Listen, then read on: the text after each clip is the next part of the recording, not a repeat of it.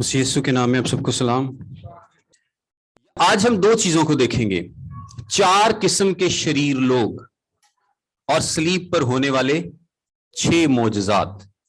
ठीक है, 4 किस्म के शरीर और बदकार लोग और सलीब पर होने वाले 6 वाकयात जिनकी वजह से या जिनको इस्तेमाल करते हुए खुदा ने अपने दिल की बात जाहिर की है।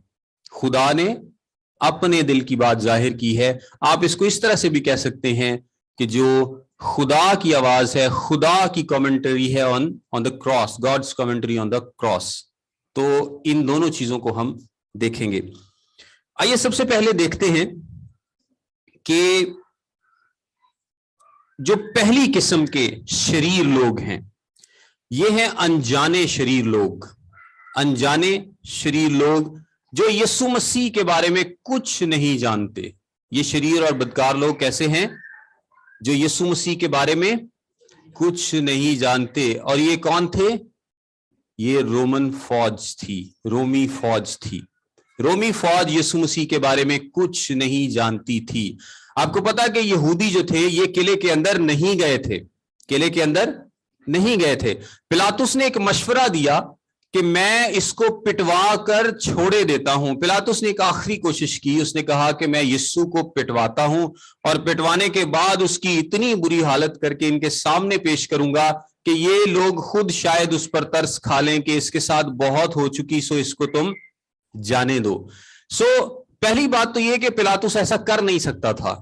यानी आप एक जो मुल्जिम है, अगर उस पर जुर्म साबित नहीं हुआ तो आप उसको कोड़े क्यों मारेंगे?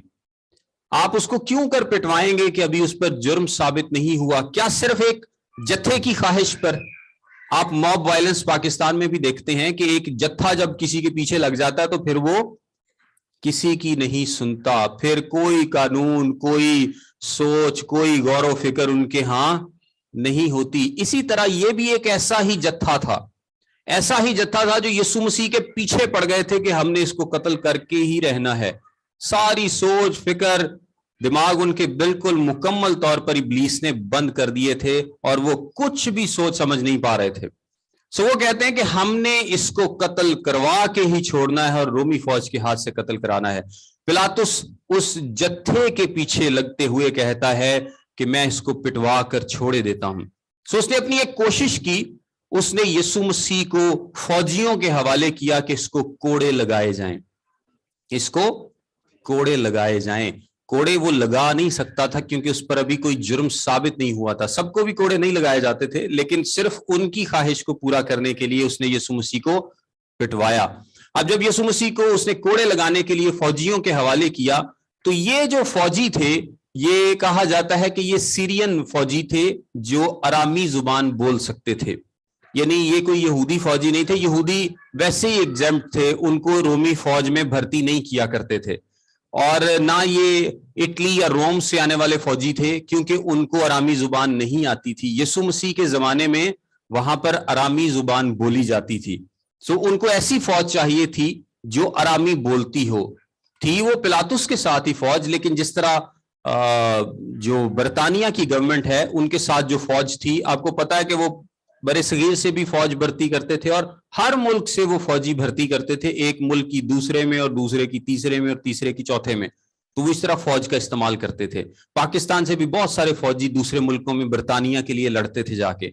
इसी तरह ये सीरियन फौज थी और वो अरामी बोल सकते थे, इसलिए उनको पिलातुस के साथ यरूशलेम के लिए खास तौर पर रखा गया था ताकि यहां के मामला जब वो देखें तो उनको पता हो, उनको जुबान एटलीस्ट आती हो, उनको पता हो कि हमने किसी से क्या बात करनी है।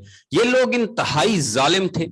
दे वर ट्रेन टू किल। उनको सिर्फ मारना आता था, वो कोई दिमाग नहीं रखते थे, कुछ सोचते समझते नहीं थे।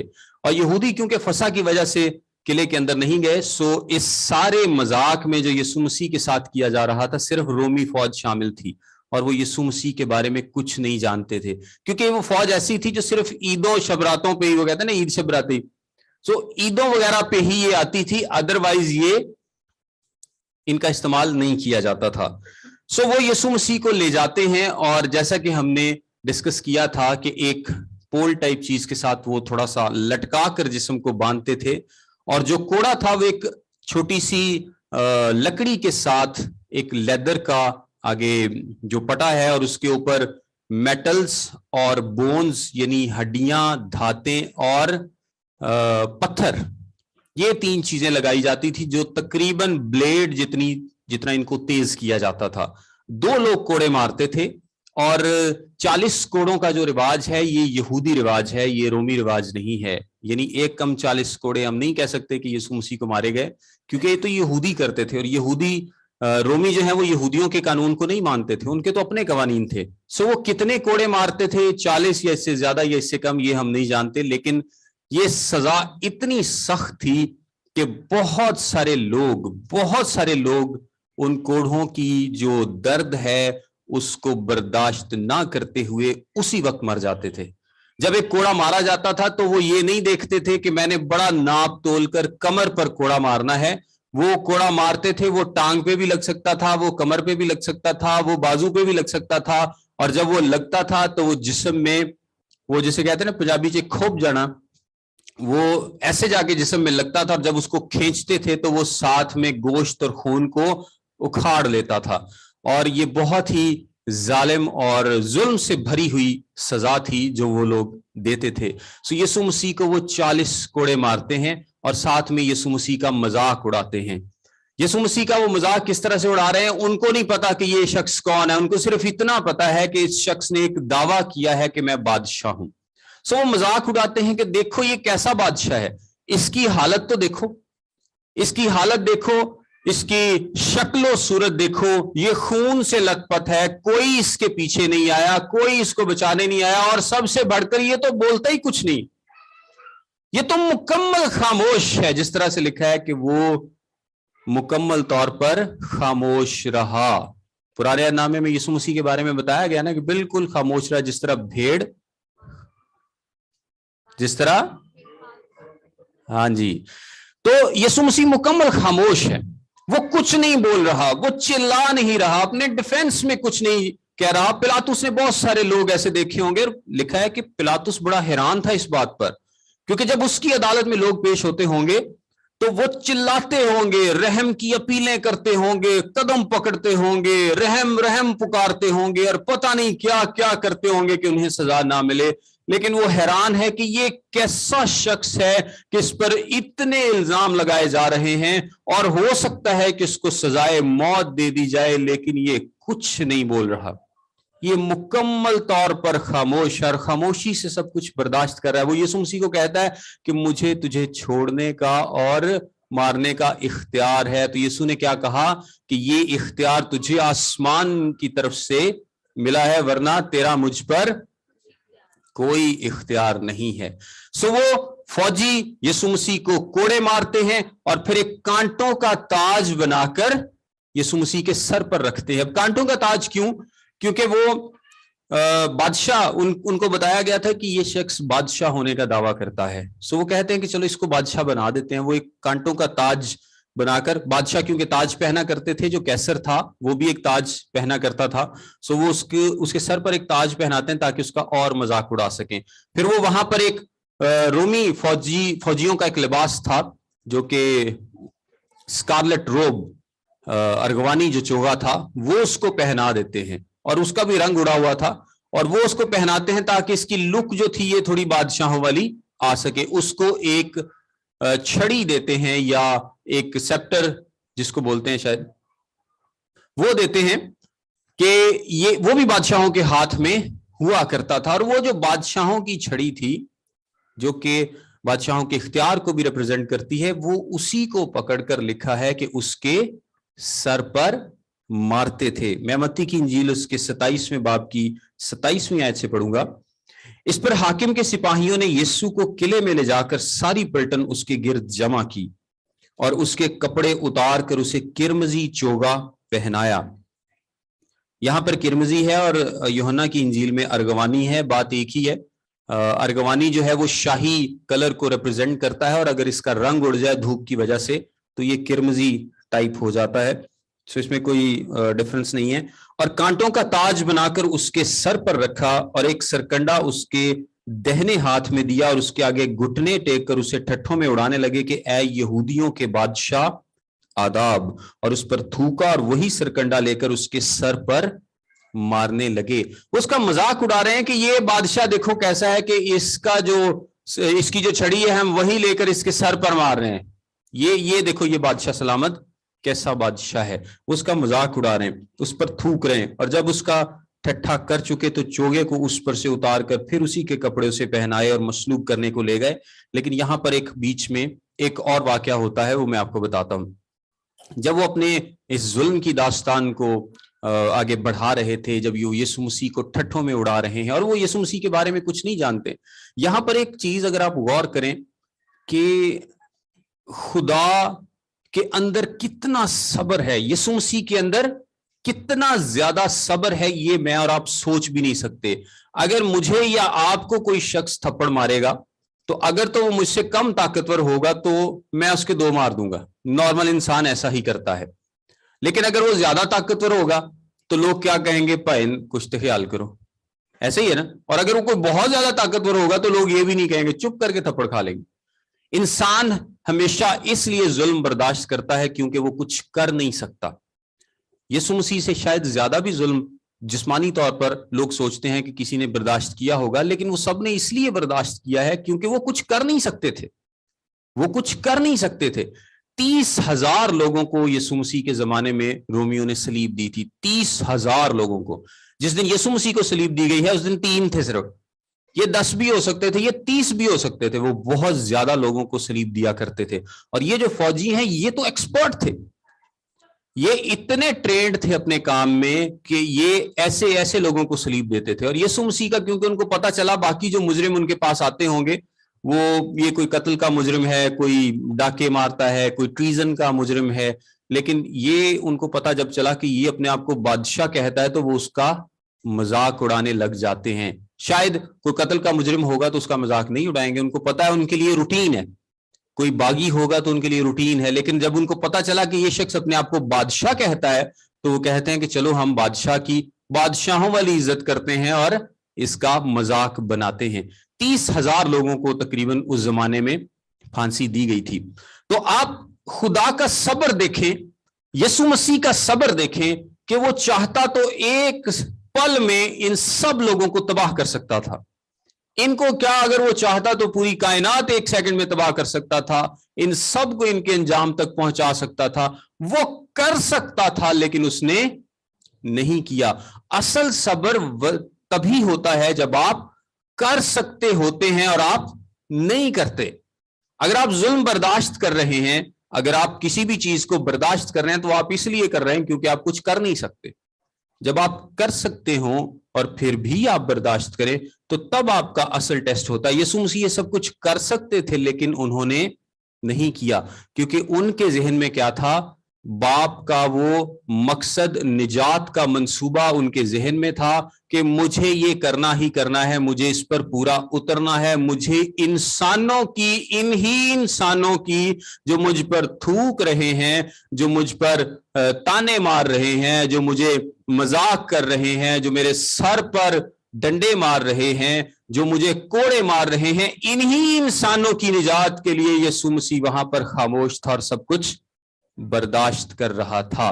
और उसके बाद आप अगर एक तरफ खुदा के सब्र को देखते हैं और दूसरी तरफ इंसानियत को देखते हैं कि इंसान किस तरह के हैं, कि वो यीशु मसीह के बारे में कुछ जानते नहीं है, वो यीशु मसीह उनका कोई दुश्मन नहीं है, लेकिन फिर भी इतना जुल्म अपनी तरफ से इतना जलील करने की वो कोशिश कर रहे हैं, जो मुमकिन हद है उस तक जा रहे हैं, जो मैक्सिमम वो कर सकते हैं वो कर रहे हैं विदाउट एनी ग्रज। मतलब उनकी यीशु मसीह से कोई दुश्मनी थोड़ी थी, उनको तो बस एक बंदा हवाले किया गया था कि इसको कोड़े मारो, वो कोड़े भी मारते और साथ मजाक भी बनाते हैं। मजाक बनाना तो कानून में कहीं नहीं था। सो वो एक तरफ आप खुदा के सब्र को देखते हैं और दूसरी तरफ इंसानियत को देखते हैं कि कहां तक गिर सकती है, और इन्हीं इंसानों के लिए यीशु मसीह अपनी जान देने जा रहे थे। और उसके बाद वो क्या करते हैं कि उसको वो चोगा पहनाते हैं, और ये चोगा पहनाने के बाद यूहन्ना की इंजील के मुताबिक जो पिलातुस है वो यीशु मसीह को वापस ले जाता है, कहां पर, लोगों के सामने, और कहता है ये देखो तुम्हारा बादशाह। यूहन्ना की इंजील में आप ये पढ़ सकते हैं وہ لوگوں کو کہتا ہے کہ یہ دیکھو تمہارا بادشاہ، مجھے یہ خطرہ نہیں لگتا، یہ روم کے لیے خطرہ نہیں ہے اور تمہارے لیے بھی خطرہ نہیں ہے، تم کیوں اس کی جان کے پیچھے پڑے؟ اس نے کہا تھا کہ میں اس کو پٹوا کر چھوڑ دیتا ہوں۔ سو پٹوانے کے بعد، یسوع مسیح کی اتنی بری حالت کرنے کے بعد، اس نے یسوع مسیح کو لوگوں کے سامنے پیش کیا کہ شاید اب ان کو کچھ ترس آئے اس کو دیکھ کر، یہ کہیں کہ بہت ہو چکا۔ لیکن لوگ کیا کہتے ہیں؟ کیا لکھا ہے؟ مزید چلائے کہ اس کو سلیب دے، سلیب دے، سلیب دے۔ لوکا کی انجیل کے مطابق اس نے کہا، تیسری دفعہ اس نے کہا، کیوں اس نے کیا قصور کیا ہے کہ میں اس کو سلیب دوں؟ لیکن لوگ کسی کی نہیں سن رہے تھے، ان کے سر پر خون سوار تھا اور وہ کہتے تھے کہ اس کو سلیب دے، سلیب دے۔ اور بالآخر پلاطس کیا کرتا ہے؟ حکم دے دیتا ہے کہ اس کو سلیب دی جائے۔ میں اس واقعے پر غور کر رہا تھا، ہم اکثر جب پٹی بندھواتے ہیں اور ہمارے اگر کوئی کٹ لگ جائے جسم پر، تو آپ جو سٹاف نرسز ہیں وہ بڑے اچھے طریقے سے اس کو سمجھتی ہیں کہ لوگ کہتے ہیں کہ بڑے آرام سے پٹی کو رکھنا اور اتارنا، ایون کہ وہ اگر ٹیپ بھی اگر جلدی سے اتار دیں نا کسی کے ہاتھ سے، تو وہ پیچھے پڑ جاتے ہیں سٹاف کے کہ نو رام نہ لا، اتنے میرے بال اکھاڑ کے رکھ دیے۔ تو جب یسوع مسیح کو کبھی کپڑے پہنائے جا رہے ہیں، کبھی اتارے جا رہے ہیں، ایک دفعہ چوگا پہنایا ہے اور بعد میں پھر اس کو اتارا ہے، پھر اس کے کپڑے پہنائے ہیں، جب وہ سلیب پر پہنچ جائے گا پھر اس کے کپڑے اتاریں گے۔ تو جب آپ کے اوپر کپڑا پہنایا گیا، وہ رف سا چوگا پہنایا گیا، تو تھوڑی دیر میں ہی آپ کا خون وہاں سے جمے گا اور زخموں کے اوپر وہ جو کپڑا ہے وہ چپک جائے گا۔ اور جب وہ اس کو اتاریں گے تو وہ بڑے پیار سے نہیں اتاریں گے کہ میں بڑے دھیان سے اور اس کو بڑے پیار سے اتارے، بلکہ اس کو کھینچ کر اتاریں گے۔ تو نہ صرف جو کوڑھوں کی وجہ سے وہ جو زخم ہیں، گہرے زخم ہیں، اس وقت درد ہوا ہوگا، بلکہ جب وہ کپڑے پہنا رہے تھے، اتار رہے تھے، یہ سب کچھ کر رہے تھے، اس وقت بھی کتنا شدید درد ہوتا ہوگا، یہ ہم اس کا اندازہ نہیں لگا سکتے۔ لیکن آپ کو میں ایک انٹرسٹنگ بات بتاتا ہوں کہ کلام مقدس میں یسوع مسیح کے دکھ اور درد کو لے کر کوئی بات نہیں لکھی ہوئی۔ باغ گتسمنی میں ضرور لکھا ہے کہ اس کی روح بے قرار تھی اور وہ پریشان تھا، لیکن بعد میں جتنے واقعات ہوئے سلیب سے ریلیٹڈ، کوئی یسوع مسیح کے دکھوں پر کلام میں کومنٹ نہیں کیا گیا، صرف بتایا گیا ہے کہ یہ ہوا، اس کے بعد یہ ہوا، اس کے بعد یہ ہوا، کوڑے مارے گئے، سلیب دی گئی، کیل لگائے گئے، سب کچھ صرف بتایا گیا ہے، کوئی کمنٹ نہیں کیا گیا کہ یہ کتنا دکھ اور پریشانی سے بھرا تھا۔ اور اکثر ہم جو گیت ہیں اس طرح کے بعض بنے ہوئے ہیں، ہائے ہائے تیرے دکھ نے پارے، میں نارملی اس طرح کے گیتوں کو نہیں سنتا، کیونکہ جب کلام اس طرح کے کمنٹ نہیں کرتا تو ہمیں بھی ہائے ہائے کرنے کی ضرورت نہیں ہے۔ اس نے ہمارے لیے نجات کو ممکن بنایا ہے، ہم اس کے دکھوں کو نہیں مناتے ایسا، ہم اس کی قربانی کو یاد کرتے ہیں، لیکن اس کے دکھوں کو لے کے روتے نہیں ہیں کہ ہو یسوع مسیح نے بڑے دکھ سے جناب، اس کو درد ہوتی ہوگی، ہائے ہائے یہ ہو گیا، یعنی وہ جو مرثیہ ٹائپ کئی لوگ بنا دیتے ہیں، یہ بات ٹھیک نہیں ہے۔ آپ اس کو بالکل ایک مرثیہ ٹائپ نہ بنا دیں، بلکہ صرف اس کے دکھوں کو آپ صرف یاد کر سکتے ہیں کہ کس طرح سے اس نے آپ کے لیے، میرے لیے دکھ سہا، لیکن اس پہ واہ ویلا کرنے کی ضرورت آپ کو نہیں ہے، اس طرح کے گیت گانے کی کہ آپ کو لگے کہ آپ اس کے لیے کوئی مرثیہ پڑھ رہے ہیں، پتہ نہیں۔ اور کئی گیت آج کل ایسے آ رہے ہیں جس میں بہت زیادہ حد تک ہم آگے نکل جاتے ہیں۔ سو وہ رومی فوجی اس کو لیتے ہیں اور اس کے کپڑے پہنا کر اس کو سلیب کے لیے لے جاتے ہیں۔ اب سلیب ہمیشہ شہر سے باہر دی جاتی تھی، شہر کے اندر اجازت نہیں تھی مصلوب کرنے کی، لیکن وہ مصلوب کہاں کرتے تھے؟ ہمیشہ ایک ہائی وے پر، یعنی ایک چلتی ہوئی سڑک پر، تاکہ سب لوگ اس کو دیکھ سکیں۔ سو وہ تقریباً 200 پاؤنڈ یعنی 100 کلو کے آس پاس، 2.5 من کے قریب سلیب تھی۔ کلام مقدس میں کہیں یہ نہیں لکھا کہ اس نے اپنی سلیب کا ایک ٹکڑا اٹھایا، اوپر والا یا سیدھا، کلام مقدس میں اس بات کی کوئی شہادت نہیں ملتی۔ سو ہم ایزیوم یہی کرتے ہیں کہ اس نے پوری سلیب کو اٹھایا تھا، اور وہ تقریباً 100 کلو کے قریب اس کا وزن ہوتا تھا۔ اب جو اتنی بھاری سلیب تھی، یسوع مسیح نے تھوڑی دیر کے لیے اٹھائی، اور اس کے بعد وہ کیا کرتے ہیں؟ ان کو ایک آدمی ملتا ہے شمعون قرینی، اور وہ اس کی سلیب اس کو پکڑ لیتے ہیں کہ وہ اس کی سلیب اٹھائے۔ جو شمعون قرینی ہے، اس کے بارے میں مرکز کی انجیل میں لکھا ہے کہ یہ سکندر اور روفس کا باپ تھا۔ اور ایک انٹرسٹنگ میں چھوٹا سا نوٹ اس کے تعلق سے آپ کو بتاتا ہوں، رومیوں کے خط کے 16ویں باب کی 13वीं आयत में यहां लिखा है, रूफस जो खुदावन में है बरगुजीदा है और उसकी माँ जो मेरी भी माँ है, दोनों से सलाम कहो। कहा जाता है कि ये जो रूफस जिसकी पौलुस यहां पर बात कर रहा है, ये वही रूफस है जो शमौन कुरीनी का बेटा था, और जो उसकी बीवी है, चूंकि ये पूरी फैमिली यीशु मसीह पर ईमान ले आए थे, वो पौलुस रसूल की माँ जैसी थी, उसने उसे माँ जैसा तस्लीम किया था। सो ये एक छोटा सा नोट है, क्योंकि इनके नाम कलाम मुकद्दस में दोनों बच्चों के लिखे गए हैं। सो शमौन कुरीनी वो सलीब उठाता है और वो आगे बढ़ते हैं। लूका की इंजील के मुताबिक यरूशलेम की बहुत सारी औरतें जो है वो रोती हैं, रास्ते में रोती हैं। अब जब किसी शख्स को सलीब दिया जाता था तो 4 शख्स चलते थे, 2 साइडों पर, 2 आगे और पीछे, और बाकी फौजी भी आगे पीछे होते थे ताकि कोई भी मसला क्रिएट ना हो सके। तो यीशु मसीह उन औरतों से क्या कहते हैं कि अपने बच्चों के लिए रो, मेरे लिए ना रो, क्योंकि जब उन्होंने हरे दरख्त के साथ ऐसा किया तो सोचो सूखे के साथ क्या कुछ ना करेंगे। जलाया किस दरख्त को जाता है? हमेशा सूखे दरख्त को जलाया जाता है, जो बिल्कुल जिसके अंदर कोई जिंदगी नहीं है। तो यह इसराइल बेसिकली एक सूखे दरख्त जैसा था जिसके अंदर कोई जिंदगी नहीं थी। जिंदगी, वो जिंदगी जो खुदा की जिंदगी है, जो यीशु मसीह उनके अंदर लेकर आया था, वो बिल्कुल यीशु मसीह पर ईमान नहीं लाए थे। सो वो सूखे दरख्त की मानंद थे। और जब रोमियो ने हरे दरख्त के साथ ऐसा किया है, जो बिल्कुल खुदा का बेटा है, ईमानदार है, रास्तबाज है, जब उसको इतनी सजा दी गई है, तो ये जो सूखा दरख्त है, जो इसराइल है, इसके साथ क्या कुछ नहीं किया जाएगा, उनके लिए रो। और ये क्या था? ये पेशीनगोई थी जो सन 70 में पूरी हुई, जब रोमन्स ने इसराइल को मुकम्मल तौर पर तबाह बर्बाद कर दिया। हैकल को तबाह बर्बाद किया, यरूशलेम को तबाह बर्बाद किया, गलील को तबाह बर्बाद किया, और कहा जाता है कि सिर्फ यरूशलेम में तकरीबन 10 लाख लोगों को कत्ल किया गया। बच्चे, बूढ़े, हर किस्म के लोग उन्होंने कत्ल कर डाले। सो ये यीशु मसीह से यहां पर कहते हैं कि मेरे लिए ना रो, बल्कि अपने बच्चों के लिए रो, क्योंकि तुम लोग मुझ पर ईमान नहीं लाए। अब तुम्हारे साथ ये होना जो है वो इनएविटेबल है, लाजमन तुम्हारे साथ ये पेश आएगा। सो वो यीशु मसीह अपनी सलीब को लेकर आगे बढ़ते हैं और गलगता के मुकाम पर आते हैं, जिसका मतलब है खोपड़ी की जगह। वो एक ऐसी पहाड़ी थी जिसकी शक्ल खोपड़ी जैसी थी। वो ऐसी पहाड़ी नहीं थी जिस पर खोपड़ियां पड़ी रहती थी, बल्कि उस पहाड़ी की शक्ल जो है वो खोपड़ी जैसी थी। और यीशु मसीह को 2 डाकुओं के दरमियान में मसलूब किया जाता है। किसी भी शख्स को जब सलीब दिया जाता था तो उसको एक ड्रिंक पिलाते थे, और उस ड्रिंक का मकसद ये था कि उसका जिस्म थोड़ा सा सुन्न हो जाए, और उसको जब वो कील लगाएं तो रोमी फौजियों को आसानी हो, क्योंकि वो बाजू को खींचते थे और टांगों को खींचते थे। लेकिन यीशु मसीह ने वो चख कर पीना ना चाहा। यीशु मसीह ने वो ड्रिंक नहीं पिया, क्योंकि वो किसी शॉर्टकट के चक्कर में नहीं था। इतना जुल्म बर्दाश्त करने के बाद अब वो ऐसा ड्रिंक क्यों पिएगा जो कि उसको सुन करे और उसकी दर्द को कम करे? सवाल ही पैदा नहीं होता। वो किसी शॉर्टकट के लिए आया ही नहीं था। सो उसने वो ड्रिंक नहीं पिया और उसको कील लगाकर मसलूब किया जाता है।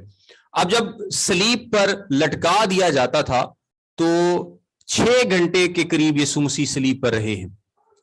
सुबह 9 बजे के करीब उनको सलीब दिया गया और 3 बजे तक वो सलीब पर लटके रहे। और जब सलीब पर कोई भी शख्स लटकता था तो ये बहुत ही जबरदस्त और घिनौनी किस्म की दर्द होती थी उसको, क्योंकि उसको सांस लेने में तकलीफ होती थी। जो सबसे ज्यादा सलीब पर मुश्किल पेश आती थी वो सांस लेने में मुश्किल आती थी। जब आपके बाजू बिल्कुल स्ट्रेच किए गए हों और आपका जिस्म बिल्कुल एक स्ट्रेच की पोजीशन में है तो आपको सांस नहीं आता, और सांस आने के लिए आपको अपने फेफड़ों को जोर थोड़ा सा देने के लिए थोड़ा अपने आप को उठाना पड़ता था, क्योंकि आप लटक रहे हैं, आपके हाथों पर पांव पर कील लगे हुए, आप लटक रहे हैं, आपको थोड़ा सा खुद को उठाना पड़ता था। और उठाने के लिए आप किस पर वजन डालते थे? अपने पांव पर। जब आप थोड़ा सा सांस लेने के लिए, अपने आप को स्टेबल करने के लिए अपने पांव पर वजन डालेंगे तो वहां पर भी कील लगे हुए थे, और वो बहुत ज्यादा तकलीफ दे अमल था। और आप ये देखें कि वो एक रफ सी लकड़ी थी जिस पर वो सलीब देते थे, और यीशु मसीह के पूरे बदन पर जो कोड़े मारे गए थे और जख्म थे, और वो जख्म बिल्कुल उस लकड़ी के साथ लगे हुए थे, और उन जख्मों के साथ جب وہ سانس لینے کی کوشش میں اپنے آپ کو تھوڑی سی انرجی دینے کی کوشش میں اپنے پھیپھڑوں کو طاقت دینے کی کوشش میں جب زور لگاتے ہوں گے تو وہ سانس لینے کے لیے قدموں پر زور پڑتا ہوگا اور قدموں میں کیل لگے ہوئے تھے. اور جس کو تو کوڑے مارے گئے ہیں اس کے لیے تو یہ بہت ہی تکلیف دہ جو امر تھا اور بہت زیادہ تکلیف دہ سزا تھی. لیکن ایک جو زبردست بات ہے کہ یسوع مسیح میں بہت زیادہ اسٹرینتھ تھی, طاقت تھی. طاقت اس سینس میں ہم کہہ سکتے ہیں کہ میں اور آپ ہیں, ہم اکثر بیمار پڑتے ہیں, ویک پڑتے ہیں, اس لیے کبھی ہم زیادہ کھانا کھا لیں یا غلط کھانا کھا لیں تو ہم بیمار پڑ جاتے ہیں. تو یسوع مسیح نے کبھی کوئی ایسا کام کیا ہی نہیں تھا جو کہ غلط ہو, یعنی اگر اس نے ہمیشہ کھانا کھایا تو مناسب کھایا ہوگا, جو بھی کام اس نے کیا ہے وہ مناسب کیا ہوگا, جو کہ ایک پرفیکٹ ترین آدمی کو کرنا چاہیے. تو جب آپ نے ساری زندگی ایک پرفیکٹ طریقے سے گزاری ہو تو آپ کے جسم میں اتنی اسٹرینتھ ہوگی, اتنی طاقت ہوگی جو کہ ایک پرفیکٹ آدمی کے اندر ہونی چاہیے. ہم میں سے جو موٹے ہیں وہ اس لیے موٹے ہیں کیونکہ ہم زیادہ کھاتے ہیں, جو بیمار ہیں بعض اوقات وہ اس لیے بیمار ہیں کیونکہ انہوں نے کبھی خیال نہیں کیا یا کوئی اور ان کو مسئلہ لے بیٹھا. لیکن یسوع مسیح کیونکہ پرفیکٹ تھے اور وہ اس گناہ سے آزاد تھے جو آدم سے, اس کرپشن سے آزاد تھے جو وہ چلتا آ رہا تھا, سو ان کے اندر جو اسٹرینتھ تھی وہ عام لوگوں سے زیادہ تھی اور وہ بہت کچھ برداشت کر پا رہے تھے. اب یہاں پر وہ کرا ڈالتے ہیں اور کرا ڈالنے کے بعد یسوع مسیح کے کپڑوں کو تقسیم کر لیتے ہیں.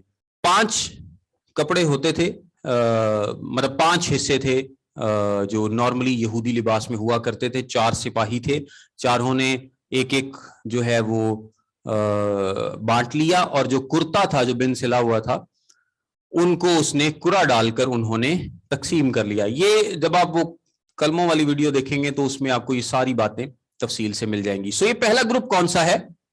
جو یسوع مسیح کو نہیں جانتے اور اس کا مذاق اڑاتے ہیں, اسے ٹھٹھوں میں اڑاتے ہیں. آج ایسا گروپ نہیں پایا جاتا کیا؟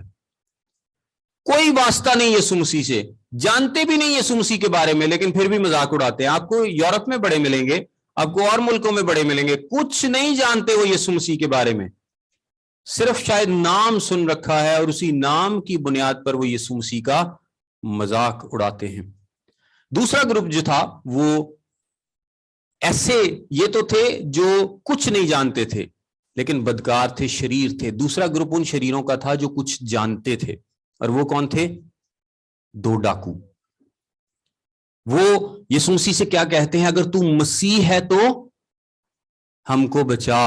اور دوسرا ایک کیا کہتا ہے؟ جب تو اپنی بادشاہی میں آئے. اس کا مطلب کیا ہے کہ ان کو پتا ہے کہ بادشاہی کوئی چیز ہے, ان کو پتا ہے کہ مسیح کوئی چیز ہے. وہ یہودی تھے لیکن وہ ڈاکو تھے. اور ڈاکو کون سے؟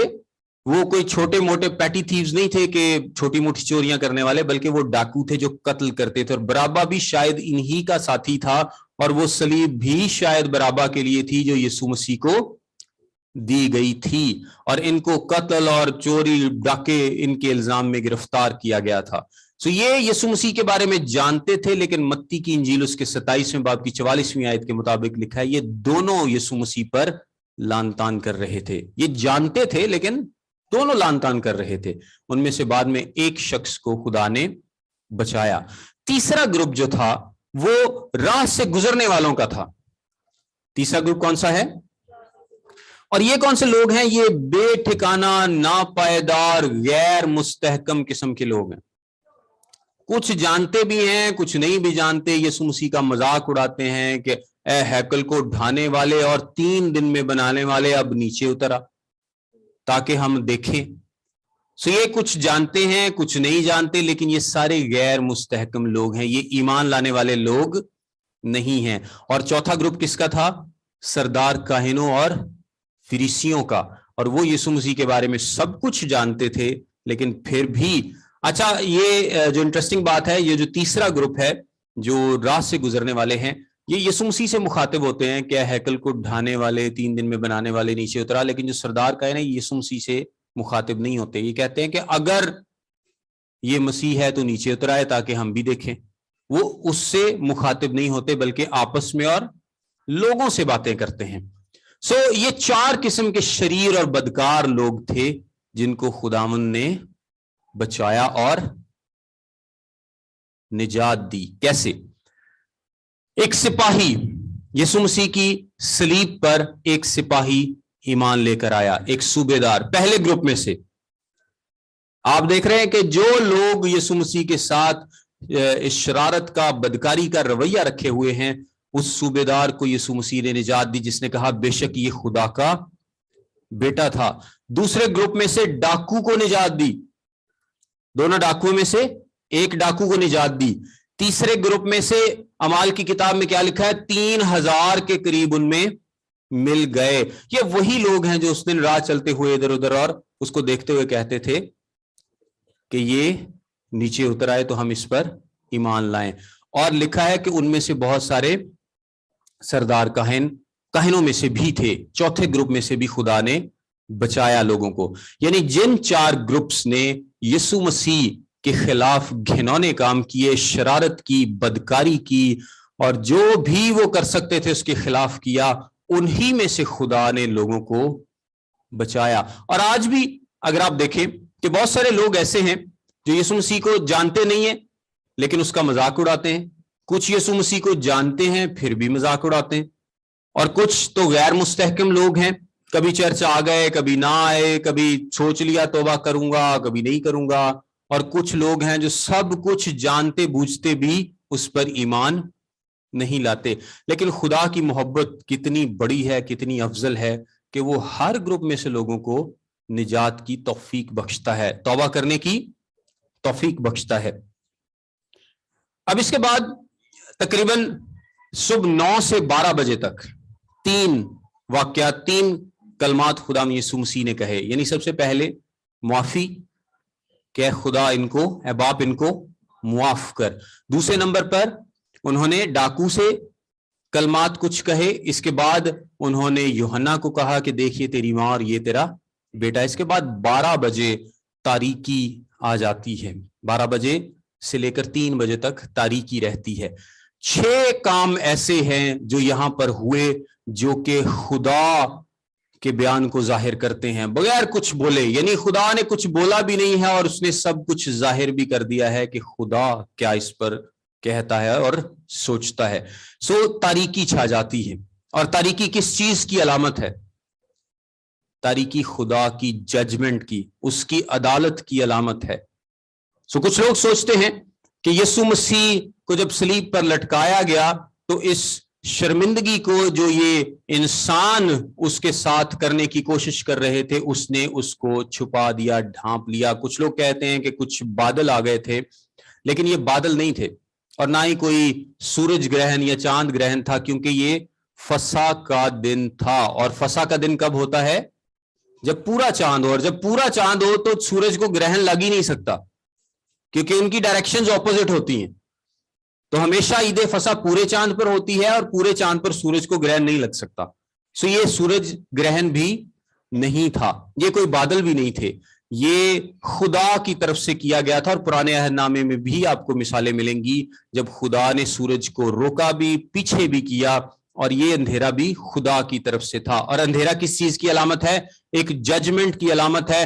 चूंकि यीशु मसीह पर तमाम दुनिया का गुनाह उस वक्त लाद दिया गया था, सो खुदा ने उस सारी जजमेंट को यीशु मसीह पर उंडेल दिया। और उस जजमेंट के नतीजे में क्या हुआ? यीशु मसीह ने क्या कहा? एली एली लमा शबक्तनी, यानी ऐ मेरे खुदा तूने मुझे क्यों छोड़ दिया। पहली चीज जाहिर करती है, अंधेरा जाहिर करता है कि खुदा ने सारी जजमेंट को उस पर लाद दिया है, गुनाहों की सजा दी जा रही है। खुदा अपने इंसाफ को दिखा रहा है कि सजा लाजमी है, गुनाह की सजा मिलनी ही मिलनी है। अगर आपको नहीं मिलेगी तो ये यीशु मसीह को मिल रही। हमारी सजाएं उस पर ला दी गई, उसने हमारी खातिर सजा बर्दाश्त की है। सो वो जो अंधेरा है ये खुदा के गजब को, उसकी अदालत को शो करता है। और उसके बाद, इसी अंधेरे के बाद, जब यीशु मसीह कहते हैं कि ऐ मेरे खुदा तूने मुझे क्यों छोड़ दिया, यहां पर खुदा किस चीज को बता रहा है? कि गुनाह से हमेशा जुदाई आती है। खुदा की आंखें पाक हैं और वो बदी को देख नहीं सकती। यहां पर जो जुदाई है वो एसेंस की जुदाई नहीं है। इवन कि अगर आपका बेटा آپ کے گھر کو چھوڑ کر چلا جاتا ہے, نافرمانی کرتا ہے, کچھ بھی کرتا ہے, تو وہ آپ کا بیٹا ہونا بند نہیں ہو جاتا, آپ کی اس سے بس رفاقت ختم ہوتی ہے.